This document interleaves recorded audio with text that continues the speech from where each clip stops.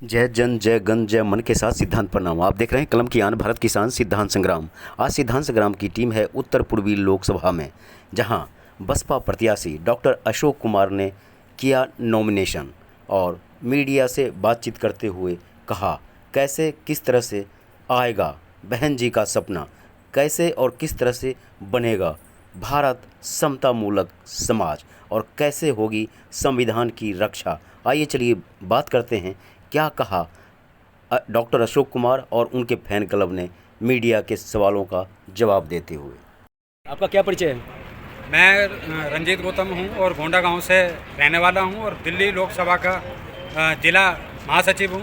और बहन जी ने आशीर्वाद दिया है और हमें कमान दी है कि भाई कैंडिडेट को बहुत ही अच्छे से और मजबूती से इलेक्शन को फाइट करना है और जिताना है जी। तो ये बहन जी की तरफ से निर्देश है हमें जी। तो इस बार क्या मुद्दा रहेगा आपके हिसाब से? मुद्दा हमारा रहेगा बेरोजगारी जी। और एजुकेशन पे हमारा सारा फोकस रहेगा, क्योंकि जो अभी जो सत्ता में है सरकार उसका इन चीज़ों पे बिल्कुल फोकस नहीं है। एजुकेशन इतनी हाई कर दी है कि गरीब आदमी पढ़ाने के लिए सोच रहा है, वो आज की डेट में ट्यूटर भी नहीं बच्चों को अरेंज करवा पा रहा। आपको लगता है कि अशोक जी जैसे लोग जब संसद में जाएंगे, दहाड़ेंगे, आवाज़ उठाएंगे तो बहन जी की आवाज़ और उनका सिद्धांत मजबूत होगा?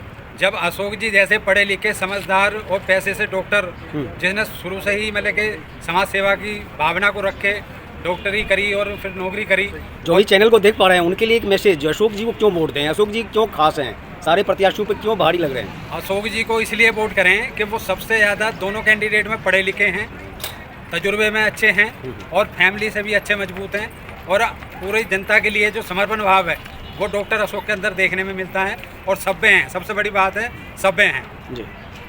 किसी भी आदमी की सफलता की कुंजी महिला शक्ति, उनकी पत्नी, उनकी माँ, उनकी बहन के रूप में होती है। तो उनके अशोक जी के जीवन साथी देख पा रहा हूँ कि माला है और वो माला बहुत कुछ कह रहा है। चुनौती उत्तर पूर्वी लोकसभा का, तो आपका क्या नाम है और क्या कहना चाहेंगे? आज आपने एक बिगुल तो बजा दिया और लग रहा है कि आगे भी जी क्या कहना चाहिए? मेरा नाम आशा कुमार है जी और मैं रिटायर्ड प्रिंसिपल हूँ। और जैसे डॉक्टर साहब जो है अपने समाज में रहने वाले जहाँ जहाँ डिस्पेंसरी में गए, उन्होंने कोई भी गरीब मजदूर आया, किसी भी वर्ग का आया, उन सब का अच्छे से इलाज किया। वो जिस भी डिस्पेंसरी में जहाँ पहले मरीजों की संख्या 100 होती थी वो 1 महीने के अंदर बढ़कर 300 हो जाती थी। उसी प्रकार से जो इनका जनसेवा, ये सिर्फ डिस्पेंसरी में ही नहीं किया उन्होंने काम, अपने गाँव में भी और यहाँ दिल्ली में भी। अभी सब बीएसपी ज्वाइन करने से पहले वो उससे पहले भी समाज सेवा करें। उन्होंने कम से कम 7-8 बच्चों को जो कि MBBS कर रहे थे, वो प्रतिभाशाली थे, वो नीट एग्जाम में सफल हो गए, लेकिन पेरेंट्स के पास पैसा नहीं था। ऐसे बच्चों को ढूंढ कर इनके पास जो आए, उनकी पूरी 5 साल तक उन्होंने फीस भरी और उनको उनको जो है मंथली वो भी दिया। और इसी तरह से गांव में भी जो बच्चे, आपके दिल में बहुत कुछ है कहने के लिए, हम फिर मिलेंगे, इंटरव्यू लेते रहेंगे, लड़ाई जारी रहेगी। लेकिन आपसे ये समझना चाहेंगे कि जो भी चैनल को देख पा रहे हैं, खास करके आधी आबादी, आप आधी आबादी का नेतृत्व कर रही हैं, तो आपकी तरफ से उन बहनों, उन बेटियों, उन माताओं के लिए क्या एक मैसेज, आखिर क्यों अशोक जी को वोट दें? मेरे लिए यही मैसेज है, क्योंकि यदि जीवन को सफल बनाना है तो जीवन में 3 चीज़ें बहुत ज़रूरी हैं: शिक्षा, रोजगार, स्वास्थ्य और न्याय। और जो डॉक्टर साहब हैं, मैं शिक्षा से जुड़ी हुई हूँ, ये न्याय से अपने स्वास्थ्य से जुड़े हुए हैं। हम दोनों यदि मिल जाते हैं, हम रोजगार के नए नए जो है आयाम, नए नए वो साधन खोलेंगे और देश में जो है न्याय आएगा। यदि न्याय होगा, शांति व्यवस्था होगी, सुशासन होगा, तो सभी लोग समृद्धि के और विकास के रास्ते पर चल पड़ेंगे। जय भीम सर। जी, और परिचय की बात करें सर, आपका परिचय? मेरा नाम रामनयन है जी। मैं भारत सरकार में एक ऑफिसर के रूप में रह करके जनता की सेवा करता रहा जी। अभी रिटायर हो गया हूँ। लेकिन आगे सेवा की जिम्मेदारी आपने अशोक जी को थमा दिया, तो इसका क्या राज है और 25 तारीख को क्या होने वाला है? 25 तारीख को इतना वोट बीएसपी के खाते में पड़ेगा जी। इनके रथ को, इनके कारवां को कोई भी पार्टी रोक नहीं पाएगी इस लोकसभा क्षेत्र से। आपको क्या लगता है कि अशोक जी के अंदर क्या ऐसा क्वालिटी, क्या पर्सनालिटी है जो अन्य प्रत्याशियों पे कुछ भारी दिखाई दे रहा है? देखिए, शिक्षा में स्वास्थ्य, शिक्षा जो जिंदगी के 2 बहुत महत्वपूर्ण आयाम हैं, इन दोनों क्षेत्रों में आपको और आपकी मिसेज को महारत हासिल है। लोगों की इन्होंने सेवा की है, उसके बदले में लोगों से अपील करेंगे तो जाहिर है कि लोगों का जनमत इनके साथ होगा। तो लगता है कि बहन जी को थैंक्स बनता है कि हमें ऐसे प्रत्याशी दिया है हमारे बीच उत्तर पूर्वी से। जी, निश्चित रूप से हम उनके बहुत आभार व्यक्त करते हैं और अपनी पूरी ताकत लगा देंगे आपको, आपके डॉक्टर साहब को, अशोक जी को पार्लियामेंट तक पहुंचाने और बहुजन समाज के कार्यों को आगे बढ़ाने के लिए, जिसका लक्ष्य है लोगों की सेवा करना, लोगों की गरीबी हटाना, समाज में जी समाज के मौजूद विषमताओं को खत्म करना, जी। लोगों की आर्थिक दशा को सुधारना, शासन प्रशासन का अच्छा उदाहरण देना, जिसका कोई सानी नहीं है बहन जी के शासन प्रशासन के लिए।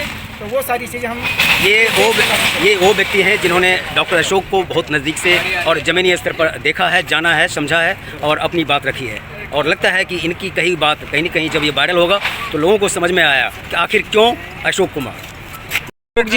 अशोक जी आज का दिन, आज आपने कुछ ऐसा बीरा उठाया है कि हर कोई अपने लिए सोचता है, लेकिन दूसरे के लिए और ख़ास करके उत्तरी पूर्वी अगर लोकसभा की बात करें तो उपेक्षित रहा है, मुद्दे बड़े और काम बहुत छोटे।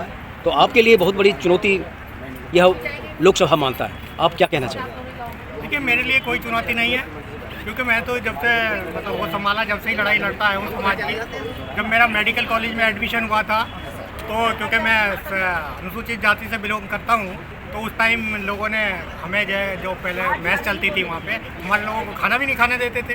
तो मैं तो वो लड़ाई वहाँ से लड़ाई शुरू करी, हमने जो है वहाँ पे नई मैच को। तो लग रहा है कि आपके जैसे लोगों ने समता मूलक, हम तो लगातार लड़ाई लड़ रहे हैं भाई, पूरी जिंदगी हो गई लड़ाई। समता मूलक समाज अभी भी सपना है, आज़ादी का अमृत उत्सव कहाँ है? सभी जो है अभी तक भी समता मूलक कहाँ दिख रहा है आपको?